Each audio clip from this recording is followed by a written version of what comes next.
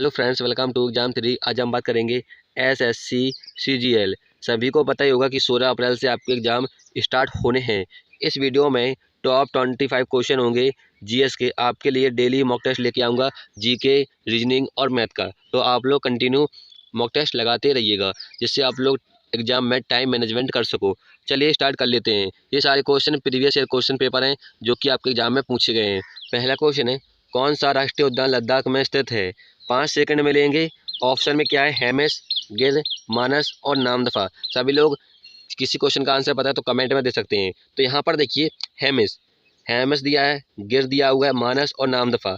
देखिए लद्दाख में स्थित है हेमिस राष्ट्रीय उद्यान, बहुत फेमस है, तो आपका ए वाला ऑप्शन करेक्ट हो जाएगा। यदि हम बात करें गिर राष्ट्रीय उद्यान कहाँ पर है, तो ये है गुजरात में। कहाँ पर है? गुजरात में स्थित है गिर राष्ट्रीय उद्यान। मानस कहाँ पर है? मानस है असम में। कहाँ पर है? असम में स्थित है। नामदफा कहाँ पर है? अरुणाचल प्रदेश में।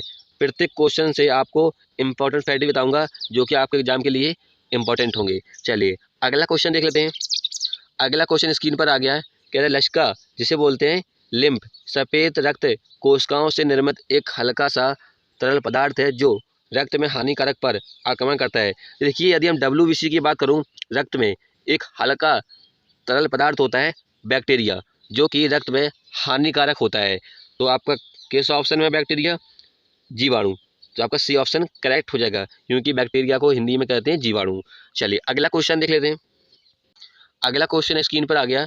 12वीं शताब्दी ईस्वी में इनमें से किस सम्राट ने उड़ीसा के सूर्य मंदिर का निर्माण करवाया था? देखिए 12वीं ईस्वी की बात करूं तो उड़ीसा का जो सूर्य मंदिर है, इसका निर्माण करवाया था गंग वंश के राजा नरसिंह देव ने। गंग वंश के राजा थे नरसिंह देव ने कराया था सूर्य मंदिर का निर्माण उड़ीसा में। तो आपका बी वाला ऑप्शन करेक्ट हो जाएगा। सूर्य मंदिर कहाँ पर है? उड़ीसा के पुरी में है, जिसे ब्लैक पैगोडा भी कहा जाता है। तो आपका बी वाला ऑप्शन करेक्ट हो जाएगा। चलिए अगला क्वेश्चन देख लेते हैं। एक स्वपोषी जीव की कार्बन और ऊर्जा आवश्यकताओं को द्वारा पूरा किया जाता है। देखिए स्वपोषी का जीव का मतलब होता है जो स्वयं पर निर्भर होते हैं। तो कार्बन और ऊर्जा को पूरा किया जाता है प्रकाश संश्लेषण द्वारा। जो स्वपोषी जीव होते हैं जो स्वयं पर निर्भर होते हैं, तो आपका सी वाला ऑप्शन करेक्ट हो जाएगा, प्रकाश संश्लेषण। चलिए अगला क्वेश्चन देख लेते हैं।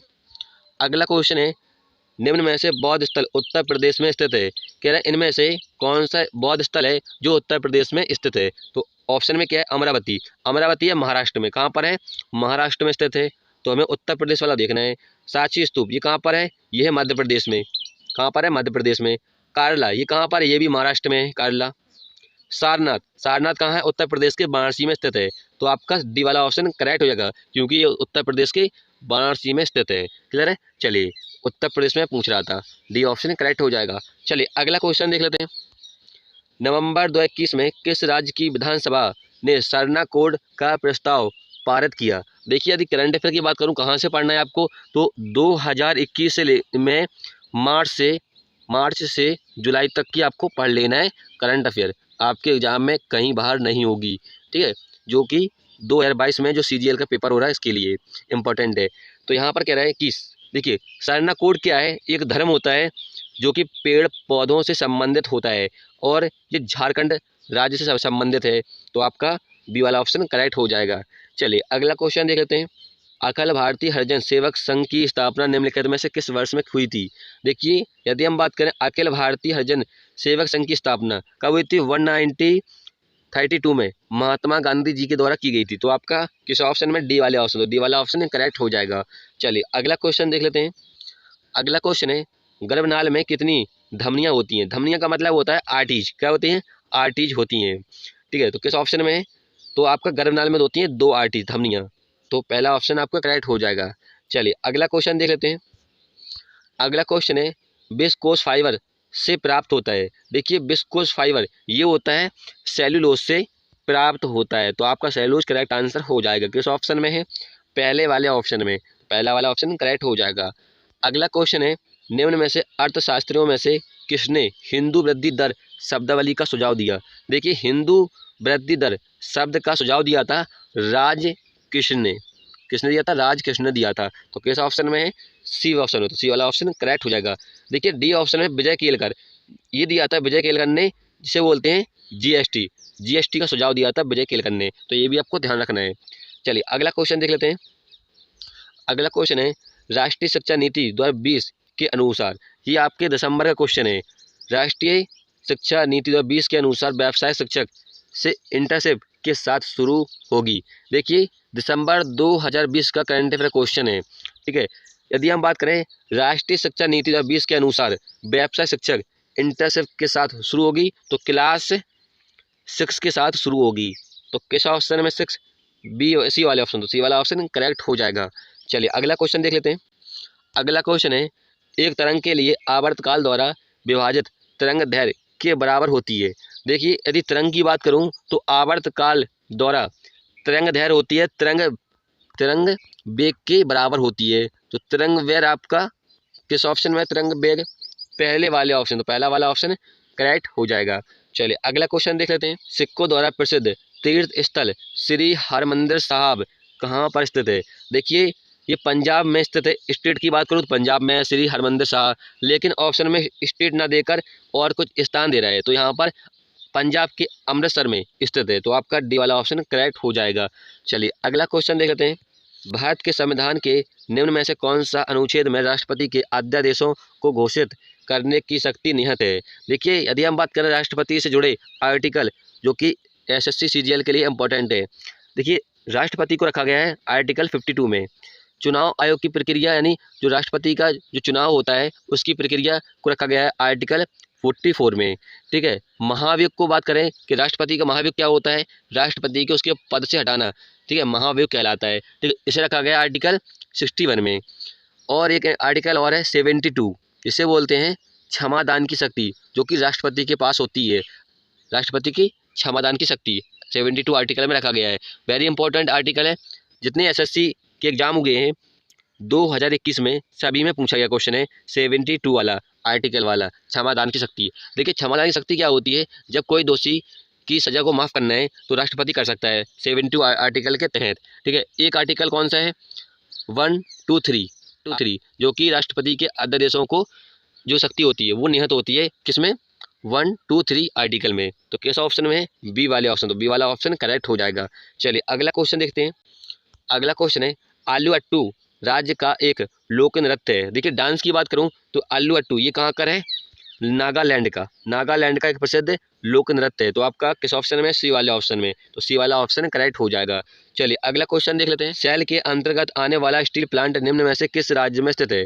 देखिए यदि सेल कंपनी की बात करूँ जिसे महारत्न दर्जा प्राप्त है सेल कंपनी को, एक लोहे इस्पात यंत्र कंपनी है, ठीक है। तो यहाँ पर कह रहा है स्टील प्लांट निम्न में से किस राज्य में स्थित है? देखिए यहाँ पर राज्य की बात करूँ तो नई दिल्ली में, क्योंकि सेल कंपनी का जो हेडक्वार्टर है मुख्यालय वो नई दिल्ली में है, ठीक है। लेकिन ऑप्शन में आपको स्टेट नहीं दिया गया है, शहर दिए गए हैं। तो यहाँ पर आप स्टेट काट के स्थान कर लेना, किस स्थान पर स्थित है स्थान होगा यहाँ पर, ठीक है। स्थान की बात करूँ तो आपका भिलाई स्थान पर, तो आपका सी वाला ऑप्शन करेक्ट हो जाएगा। सेल कंपनी का यहाँ पर सेल लिखा हुआ है, सेल का फुल फॉर्म भी पूछा था एग्जाम में। इसका फुल फॉर्म होता है steel authority of India limited, ये होता है इसका फुल फॉर्म। तो फुल फॉर्म भी आपको ध्यान रखना है। चलिए अगला क्वेश्चन देख लेते हैं। जनवरी 2021 में गुलमर्ग में आयोजित 10वीं राष्ट्रीय आइस हॉकी चैंपियनशिप हॉकी का विजेता निम्न में से कौन है?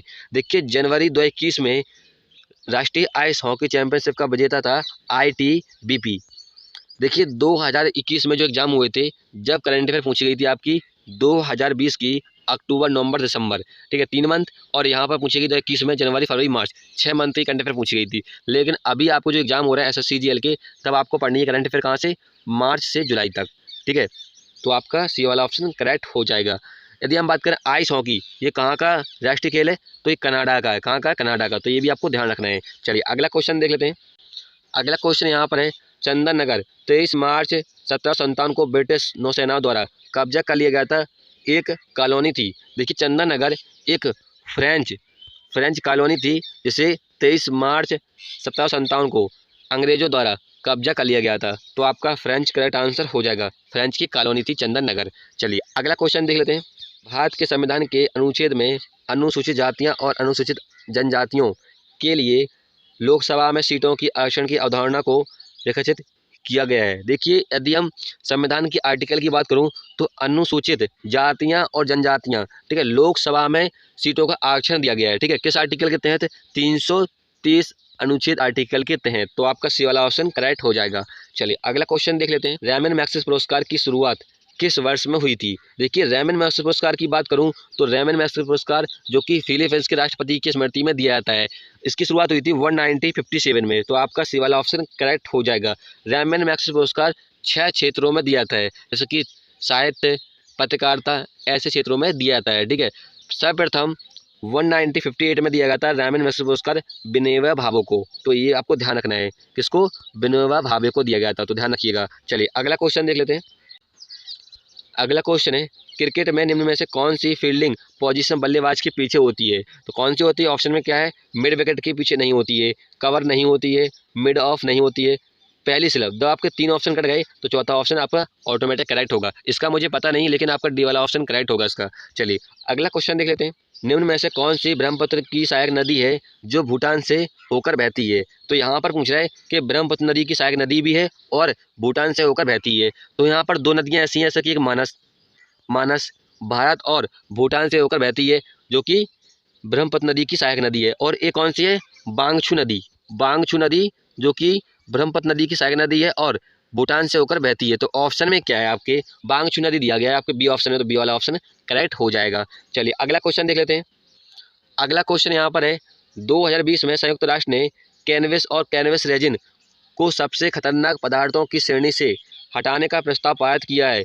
किस देश मतदान में अनुपस्थित रहता है? देखिए 2020 का दिसंबर क्वेश्चन है करंट अफेयर का।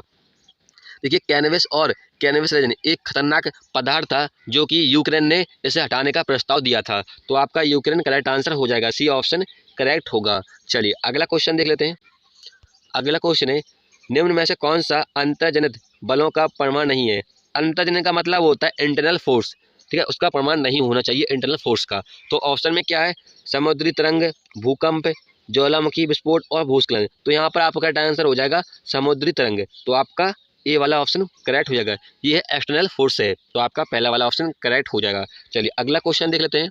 FTCP रामानुजन पुरस्कार उत्कृष्टता के लिए प्रतिवर्ष दिया जाता है। देखिए यदि हम रामानुजन पुरस्कार की बात करूं तो रामानुजन जो कि एक गणितज्ञ थे, उनकी स्मृति में दिया जाता है। तो ये गणितज्ञ थे तो गणित के क्षेत्र में दिया जाएगा। तो आपका गणित यानी मैथ करेक्ट आंसर हो जाएगा। गणित B option, mathematics B option correct हो जाएगा। चलिए फ्रेंड्स, हमने यहाँ पर 25 क्वेश्चन सॉल्व कर लिए हैं। आपका कितना स्कोर रहा है? प्रीवियस ईयर क्वेश्चन पेपर थे CGL का, आपको डेली रीजनिंग, मैथ और GS का मिलता रहेगा। ठीक है, तो आप लोग कंटिन्यू प्रैक्टिस करते रहना, तो आप लोग कंटिन्यू प्रैक्टिस करते रहना। फिर मिलेंगे नेक्स्ट वीडियो में। जय हिंद।